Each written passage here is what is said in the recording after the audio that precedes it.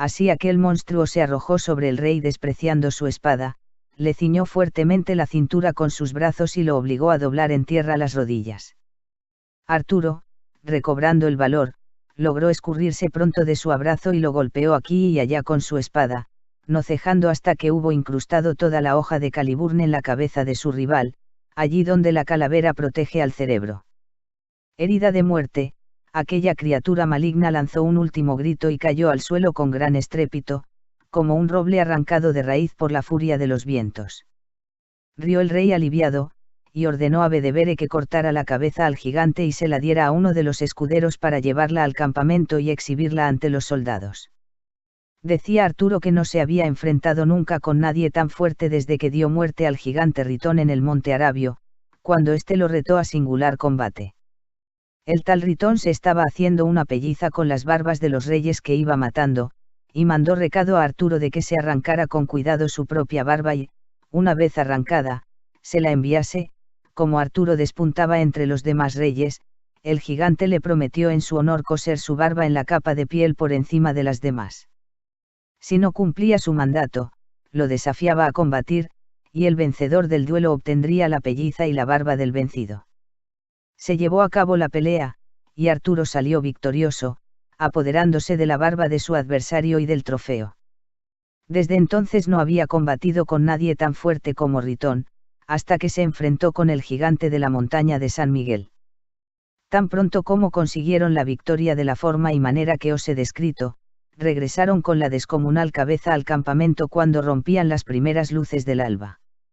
A su paso, las multitudes se agolpaban, vitoreando al hombre que había liberado el país de monstruo tan voraz.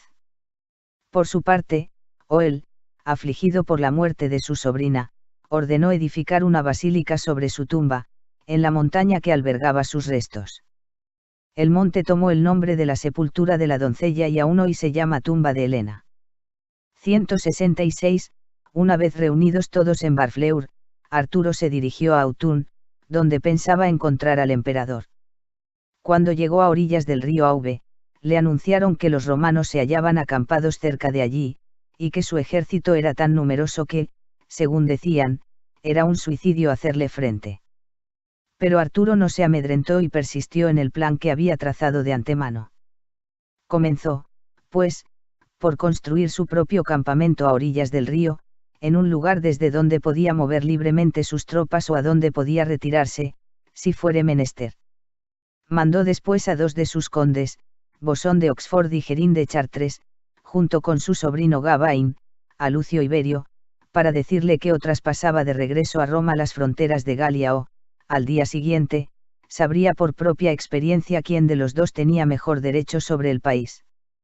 Los jóvenes de Britania, exultantes de gozo ante las perspectivas de una batalla, comenzaron a instigar a Gawain para que provocara algún incidente en el campo del emperador y tuviesen, así, la oportunidad de enfrentarse con los romanos.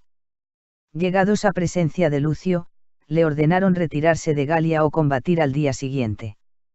Mientras el caudillo romano les respondía que no tenía intención alguna de regresar a Italia, sino de pelear para someter el país, a su sobrino Gayo Quintiliano, allí presente, se le ocurrió decir que los britanos abundaban en fanfarronería y amenazas, pero carecían de arrojo y de valor a la hora de la verdad. Indignado, Gawain desenvainó la espada que llevaba colgada al cinto y, atacando al difamador, le cortó la cabeza. Acto seguido, montó a caballo, y sus compañeros con él. Los romanos los persiguieron, unos a pie y otros a caballo, con ánimo de vengar la muerte de su compatriota en la persona de los legados, que huían a toda velocidad. Cuando uno de los perseguidores estaba a punto de alcanzar a Gerín de Chartres, este se dio la vuelta de repente, enristró su lanza y atravesó la armadura de su enemigo, acertándole en la mitad del cuerpo y dando con todo su poder en tierra. Bosón de Oxford, celoso del valor que había exhibido el de Chartres, volvió grupas y arrojó su lanza a la garganta del primer hombre que encontró, hiriéndolo mortalmente y desmontándolo del rocín que empleaba en la persecución. En el ínterin, Marcelo Mucio, deseando ardientemente vengar a Quintiliano, amenazaba por la espalda a Gawain y estaba a punto de prenderlo cuando el britano, girando en redondo, lo golpeó con la espada que blandía, hendiéndole yelmo y cabeza hasta el pecho, le encargó, además, que cuando estuviera en el infierno dijese a Quintiliano, a quien Gawain había matado en el campamento, que así era como los britanos abundaban en amenazas y fanfarronería. Reagrupados los tres camaradas, Gawain los exhorta a darse la vuelta y a cargar juntos, pugnando cada uno por abatir a un nuevo enemigo. De modo que, obedientes a la propuesta, vuelven grupas y cada uno derriba a un enemigo. No cejan los romanos en la persecución, hostigándolos con sus espadas y lanzas, pero no son capaces de capturarlos ni de abatirlos. Los seguían por cierto bosque, según cuenta la historia, cuando surgieron repentinamente de la espesura alrededor de 6.000 britanos que, enterados de la huida de sus condes, se hallaban escondidos con ánimo de prestarles ayuda.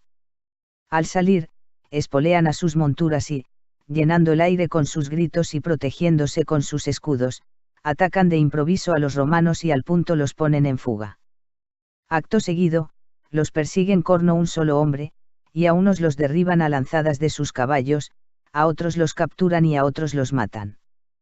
Cuando le fue anunciado esto al senador Petrello, se apresuró a acudir en auxilio de sus camaradas, acompañado de 10.000 hombres, y obligó a los britanos a retirarse al bosque de donde habían salido, aunque a costa de grandes pérdidas, pues los britanos conocían bien las estrechas sendas por donde huían, e hicieron auténticos estragos entre sus perseguidores. Mientras retrocedían de ese modo, Idero, hijo de Nun, acudió velozmente en su ayuda con 5.000 guerreros. Se detuvieron entonces los fugitivos, mostrando el pecho ante los mismos a quienes poco antes habían dado la espalda, y se esforzaron en golpearlos lo mejor que sabían.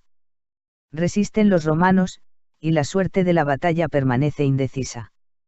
Los britanos deseaban el combate con toda su alma, pero, una vez trabado, no se cuidaban mucho de si ganaban o perdían.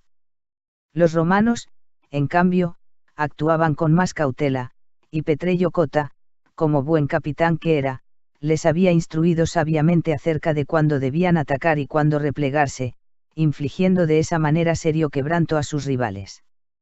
En cuanto Bosón se dio cuenta de ello, convocó a un grupo de britanos que él sabía eran más valientes que los demás y les habló de la siguiente forma. Puesto que hemos emprendido esta batalla sin que Arturo lo sepa, debemos tener buen cuidado de no llevar la peor parte en ella.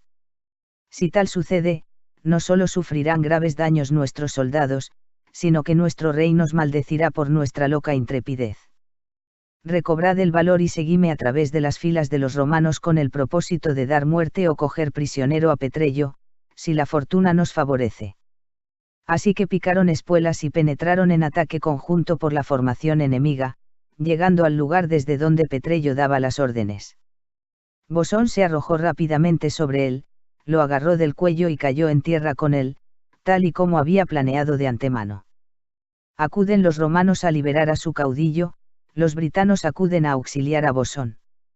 Se sigue una espantosa carnicería mutua en medio de un estrépito ensordecedor y de una confusión absoluta, con unos intentando rescatar a su capitán y los otros haciendo lo posible para mantenerlo en su poder.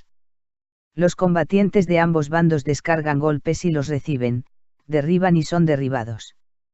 Allí puede verse con claridad quién es el mejor con la lanza, con la espada o con el venablo.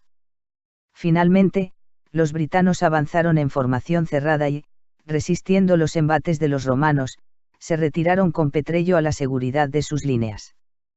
Desde allí, y de manera inmediata, atacan de nuevo al enemigo, ahora privado de su jefe y, en su mayor parte, debilitado, descompuesto y sin ánimos para otra cosa que no sea emprender la huida. Cayendo sobre ellos por la espalda, los golpean y los derriban, despojan a los caídos y pasan por encima de los despojados para perseguir a los demás. Pero también toman prisioneros, pues quieren entregárselos al rey. Por fin, después de haberles causado el mayor daño posible, regresaron al campamento con el botín cobrado y los cautivos y, haciendo una cumplida relación de los sucesos en que habían tomado parte, entregaron a Arturo, en medio de una gran alegría por la victoria, a Petrello Cota y a los restantes prisioneros. Los felicita el rey, y les promete honores y más honores por haberse comportado tan valerosamente, aunque él no haya estado con ellos. Decide que los presos sean conducidos a prisión y, a ese efecto, llama a su presencia a los que van a encargarse de trasladarlos, al día siguiente, a París y de ponerlos a buen recaudo en manos de los carceleros de esa ciudad, hasta que determine qué hacer con ellos. Ordena, asimismo, al duque Cador, a Bedevere el copero y a los condes Borel y Richer, con sus séquitos personales, que los escolten hasta llegar a un punto en el que no se haya de temer un intento de rescate por parte de los romanos.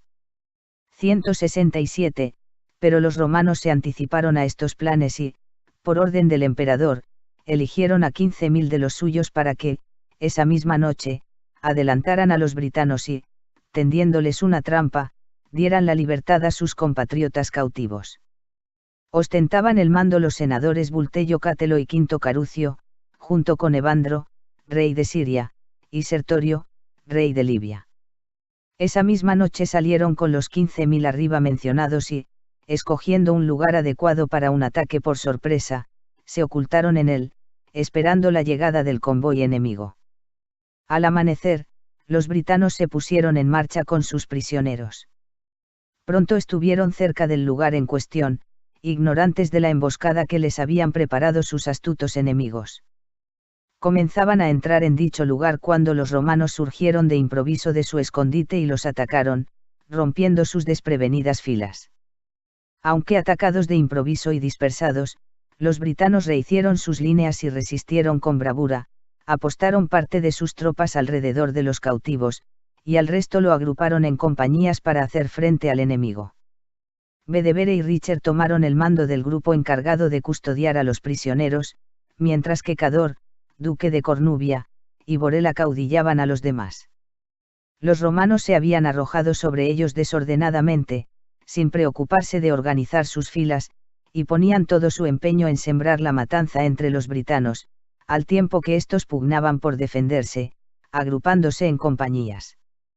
Quebrantados sobremanera, los britanos habrían padecido la vergüenza de perder a sus cautivos, si la fortuna no hubiese acudido en su auxilio con los refuerzos necesarios. En efecto, Guitardo, duque de los pictavenses, supo de la emboscada arriba descrita y llegó con 3.000 guerreros al lugar de la batalla. Con ayuda tan oportuna, los britanos se alzarían al fin con la victoria, tomando cumplida venganza del estrago que les habían infligido sus desvergonzados salteadores.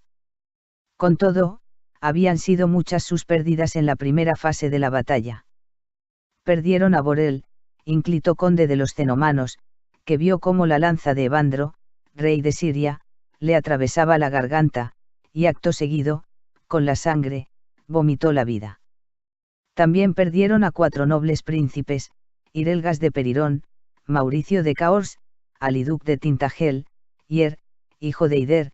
Difícilmente podrían encontrarse hombres tan bravos como ellos. Pero sus camaradas conservaron intacto el coraje y no desesperaron, antes bien, se esfuerzan al máximo en custodiar a los prisioneros y, al mismo tiempo, procuran derribar el mayor número posible de enemigos. Finalmente, los romanos no fueron capaces de soportar las embestidas britanas y, abandonando a toda prisa el campo, se dirigieron a su campamento. Los britanos los persiguieron, infligiéndoles gran matanza y tomándoles muchos cautivos, y no descansaron hasta haber dado muerte a Bultello Catelo y a Evandro, rey de Siria, y haber desbaratado por completo al resto del ejército. Conseguida la victoria, los vencedores enviaron a París a los prisioneros que llevaban consigo y regresaron a donde se hallaba su rey con los que habían capturado en la última batalla, alimentando la esperanza de una victoria definitiva, ya que siendo tan pocos habían obtenido el triunfo sobre tantísimos enemigos. 168, mal sufrió Lucio Iberio tales reveses. Atormentado y perplejo, su ánimo se inclinaba unas veces a esta y otras a aquella solución, dudando si debía entablar batalla abierta con Arturo o si sería más aconsejable retirarse a Autun y aguardar allí refuerzos del emperador León. Prevaleció, por fin, su miedo y, a la noche siguiente, marchó con sus ejércitos a Langres, en su camino a la antedicha ciudad de Autun.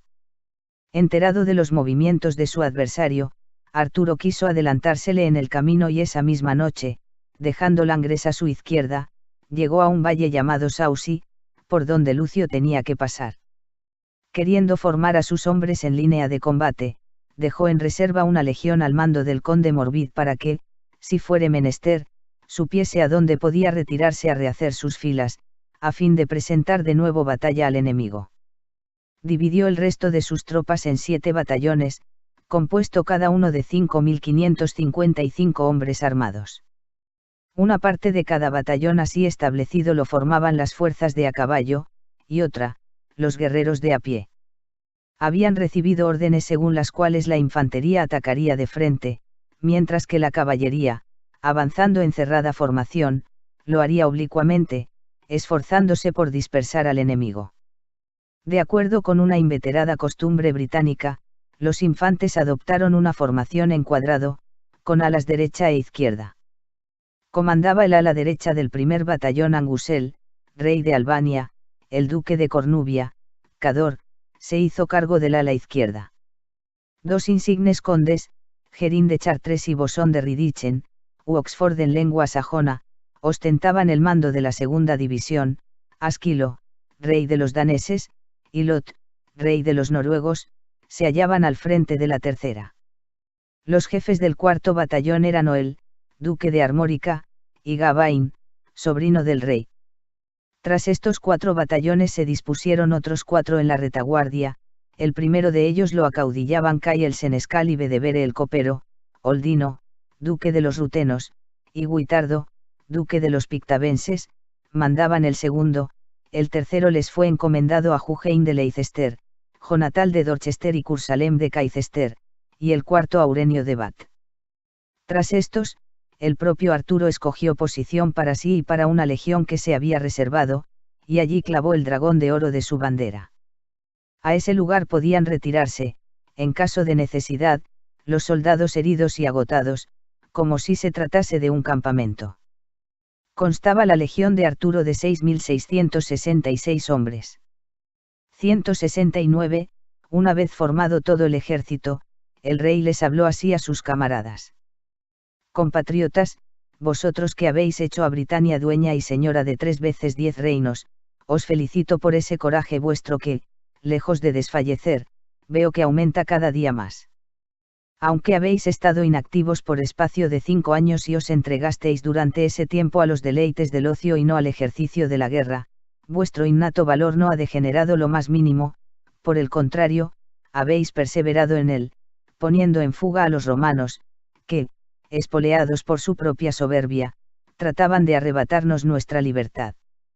Fueron ellos quienes iniciaron esta contienda, confiados en su superioridad numérica, pero no han podido resistir vuestro empuje y han tenido que buscar deshonroso refugio en esa ciudad. Ahora se disponen a abandonarla, y tendrán que pasar por este valle en su camino a Autun. Entonces vosotros caeréis sobre ellos cuando menos lo esperen y los degollaréis como corderos. Sin duda, pensaban que residía en vuestros corazones la molicie y la cobardía propia de los pueblos orientales, cuando quisieron hacer tributario a vuestro país y a vosotros esclavos. ¿Acaso no han oído hablar de las campañas que llevasteis a cabo contra daneses y noruegos, y contra los caudillos de los galos, a quienes sometisteis a mi poder y liberasteis de su vergonzosa tiranía? Si fuimos capaces de vencer en batallas de tanto fuste, obtendremos sin duda el triunfo en esta más ligera, si ponemos igual empeño en aplastar a esos afeminados. ¿Cuántos honores os aguardan si obedecéis fielmente mis órdenes, como leales camaradas que sois? Tan pronto los hayamos derrotado, nos pondremos en marcha hacia Roma, una vez allí, conquistaremos la ciudad y, cuando la hayamos conquistado, entraremos en posesión de todo lo que encierra, vuestros serán el oro y la plata, los palacios, las torres, los castillos, ciudades y demás tesoros de los vencidos. Así dijo, y todos asintieron con un clamor unánime, dispuestos antes a morir que a abandonar el campo, mientras su rey permaneciese vivo. 170, por su parte, Lucio Iberio, informado de la encerrona que le habían preparado, pensó primero en huir, pero cambió de opinión y, recobrando el coraje, decidió aceptar la batalla con los britanos en el mismo valle por donde había de pasar. A este efecto, convocó a sus generales y les habló del modo siguiente: Patricios venerables, a cuyo imperio deben vasallaje los reinos de Oriente y de Occidente, recordad las hazañas de vuestros mayores, que no dudaron en derramar su sangre para prevalecer sobre los adversarios de la República, dejando un vivo ejemplo de valor y virtudes guerreras a sus descendientes, pues luchaban como si Dios hubiese dispuesto que ninguno de ellos muriera en el campo de batalla.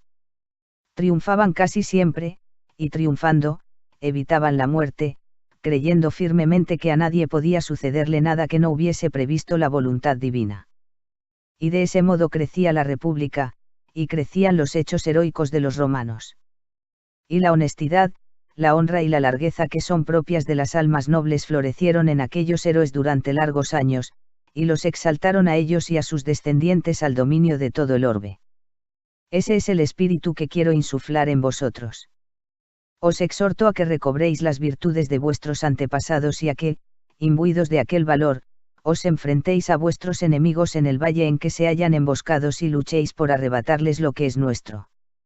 Ni por un momento penséis que me he refugiado en esta ciudad porque tema a los britanos o tenga miedo de combatir con ellos, por el contrario, lo he hecho contando con que nos perseguirían incautamente y, al atacarnos en desorden, hubiéramos podido salir de improviso a su encuentro e infligirles gran mortandad. Pero, como ellos han obrado de manera distinta a la que esperábamos, debemos modificar también nosotros nuestros planes. Acudamos a su encuentro y ataquémoslos con denuedo, o, si son ellos quienes llevan la iniciativa, mantengamos firmes nuestras líneas y aguantemos su primera embestida, obrando así, no cabe duda de que triunfaremos, pues en la mayoría de las batallas el bando que consigue resistir el primer ataque obtiene frecuentísimamente la victoria. Tan pronto Corno hubo dado fin a estas razones y a otras similares, sus hombres asintieron unánimes y, alzando las manos unidas, juraron ser fieles a Roma.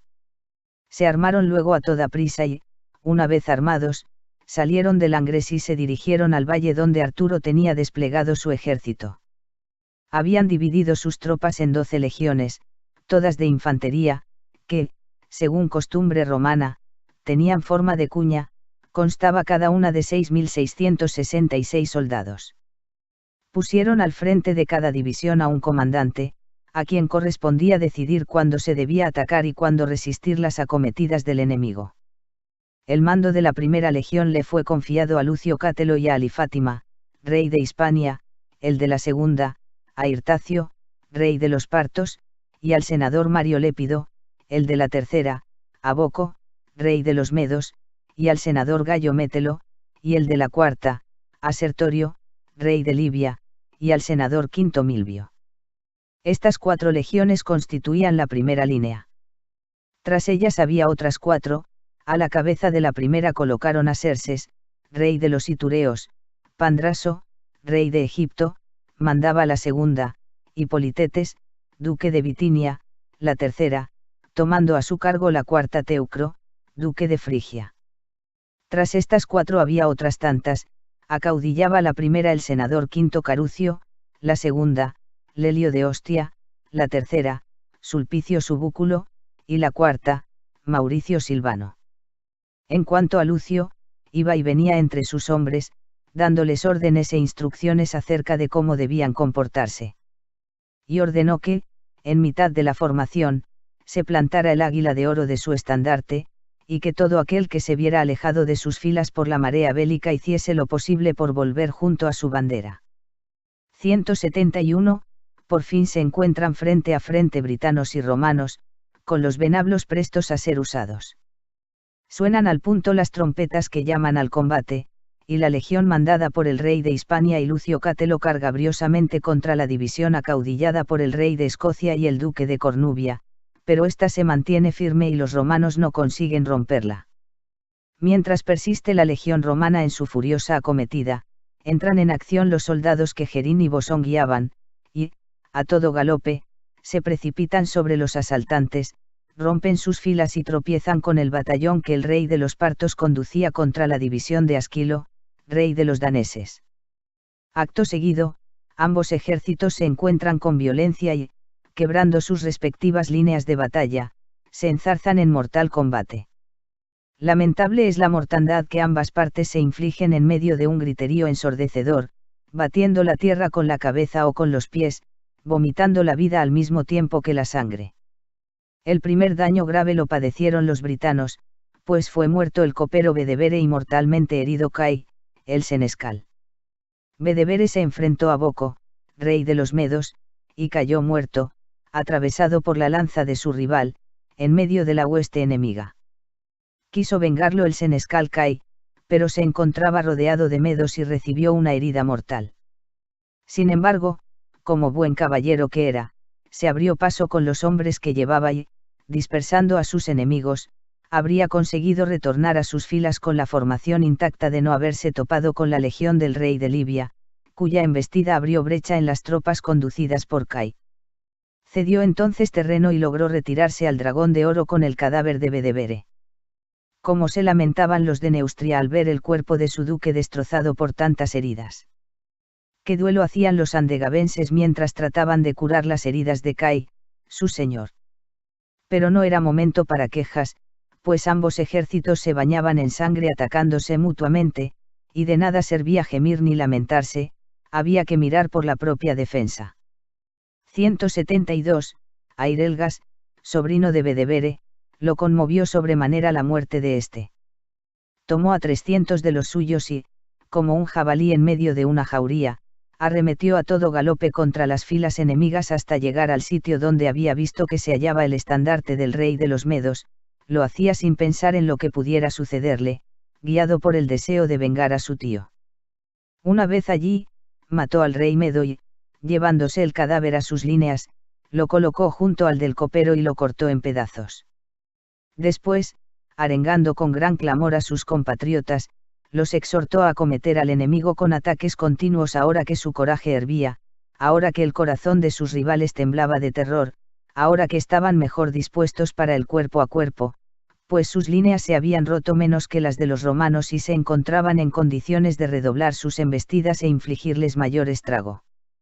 Animados por sus palabras, los britanos atacaron al enemigo por todas partes, y el campo quedó sembrado de cadáveres de ambos ejércitos. Por el bando de los romanos, junto a muchísimos otros, cayó Ali Fátima, rey de Hispania, y Micipsa de Babilonia, así como los senadores Mario Lépido y Quinto Milvio. De la parte de los britanos cayeron Oldino, duque de los rutenos, y Leodegario de Boulogne, junto a 3 condes de Britania, Cursalem de Caicester, Galuc de Salisbury y Urenio de Bath. 173, sobremanera debilitadas, las tropas que mandaban estos caudillos hubieron de retroceder hasta la hueste de los britanos de Armórica, que conducían Oel y Gawain. Y los armoricanos, convertidos en puro ruego, atacaron al enemigo y, reuniendo a los que retrocedían, obligaron a huir a quienes poco antes habían sido perseguidores, y los persiguieron a su vez, matando a unos y derribando a otros, y no cesaron en la matanza hasta llegar al batallón del emperador, que, apercibiéndose del desastre sufrido por sus compañeros, se apresuraba a prestarle socorro. En el primer encuentro, los britanos salieron malparados. Quimarcoc, conde de Treguier, cayó muerto, y 2000 guerreros con él. Cayeron también 3 ínclitos varones, Ricomarco, Blocovio y Lagbio de Bodloan. Si hubiesen ocupado un trono, las edades futuras habrían celebrado su fama, pues eran hombres de gran valor. En el ataque que llevaron a cabo con Oel y Gawain, y que ya os he descrito, no hubo enemigo que les hiciera frente a quien no arrebatasen la vida con la espada o la lanza. Pero cuando llegaron ante la misma guardia de Lucio, se vieron rodeados por todas partes de romanos y cayeron al mismo tiempo que Quimarcoc y sus camaradas. Los siglos pretéritos no habían engendrado mejores caballeros que Oel y Gawain. Al enterarse de la muerte de sus hombres, insistieron aún más encarnizadamente en el ataque, y ahora aquí, ahora allá, corriendo el uno en una dirección y el otro en otra, acechaban la cuña del emperador. Gawain, rebosante de valor por sus recientes hazañas, hacía todo lo posible por enfrentarse con Lucio y, en su esfuerzo, empujaba más y más, como el más bravo de los guerreros, y empujando abatía enemigos, y abatiéndolos los mataba. O él no se mostraba menos valiente y, en la otra zona de la batalla, se movía con la velocidad del rayo, animando a sus soldados, y hería a los enemigos sin temor a recibir sus golpes, y no había momento en que dejara de golpear o fuese golpeado. No sería fácil decir cuál de los dos se comportó mejor en esa jornada. Por fin, Gawain, que acechaba